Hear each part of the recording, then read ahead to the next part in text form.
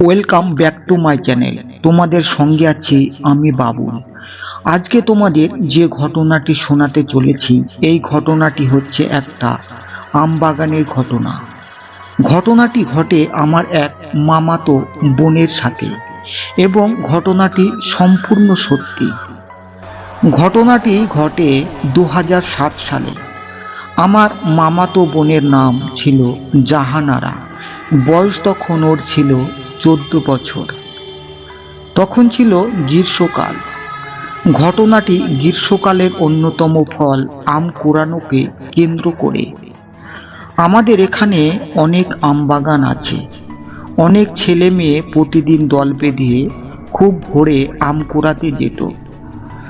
আমার মামাতো বোনেরও আম কুড়ানোর প্রবল নেশা ছিল। তো সেই দিন রাত্রে জাহানারা তার ছোট বোনকে বলল, আজ আমরা দুইজন সবার আগে খুব ভোরবেলায় আম কুড়াতে যাব। আমি যদি টের না পাই, তুই টের পেলে আমাকে ডাক দিয়ে তুলিয়ে দিবি। তো রাত 4টার দিকে তার বোন তাকে ডেকে বলল, রাত তো প্রায় শেষ হয়ে গেছে, শেষের দিকে আম কুড়াতে যাবিনি, চল।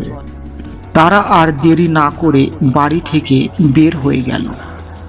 আমবাগানটি ছিল বাড়ি থেকে বেশ কিছুটি দূরে। বাগানটি ছিল অনেক বড় ও পুরনো। বাগানের একটা গাছ ছিল অনেক পুরানো, আর সেই গাছের আমগুলো ছিল অনেক ছোট ছোট, কিন্তু সেই গাছের আম সবচেয়ে বেশি পড়তো। আম কোড়াতে কোড়াতে সেই বড় গাছের নিচে গিয়ে জাহানারা খুবই অবাক হয়ে গেল, কেননা গাছের নিচে কেবল একটা আমই পড়ে আছে। তবে আমটি এই গাছের তুলনায় অনেক বড়। তবুও সেটাকে পাত্তা না দিয়ে আমটি ধরতে গেল। কিন্তু এরপর সে যা দেখল তা অন্য কেউ দেখতে চাইবে না। সে যখন আমটি ধরতে গেল, আমটি কিছুটা দূরে সরে গেল। এটা দেখে সে ভয় পেয়ে গেল, কিন্তু ভাবল হয়তো সে ভুল দেখেছে। আবার সে আমটি ধরতে গেল, কিন্তু এবারও সেই একই ঘটনা। এবার ভয় পেয়ে তার মনে জেঁকে বসল, কি হচ্ছে এসব। আবার যখন সে আমটি ধরতে গেল, তখনই আমটি এমন একটা ভয়ঙ্কর আকৃতি ধারণ করলো, যা দেখে মাত্র সে বেহুশ হয়ে গেল। ঘটনাটি এখানেই শেষ হলেই তো ভালো হতো, কিন্তু এরপর যা ঘটলো, যা এক কথায় বিশ্বাস করা যায় না। যখন আজানের সুর শুনে তার হুঁশ ফিরল, তখন সে গাছটির নিচে পড়ে আছে।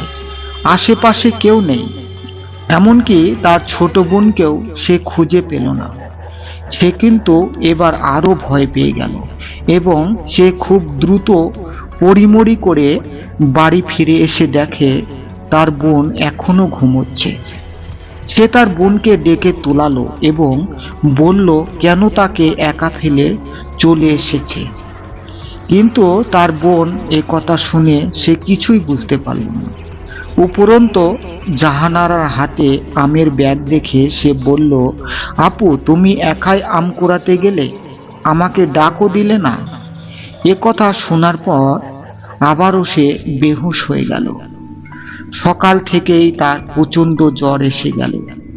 এর কিছুদিন পরই সে মারা যায়, কোনো কারণ ছাড়াই। ঘটনাটি আমি নিজেই শুনেছিলাম জাহানারার কাছ থেকে।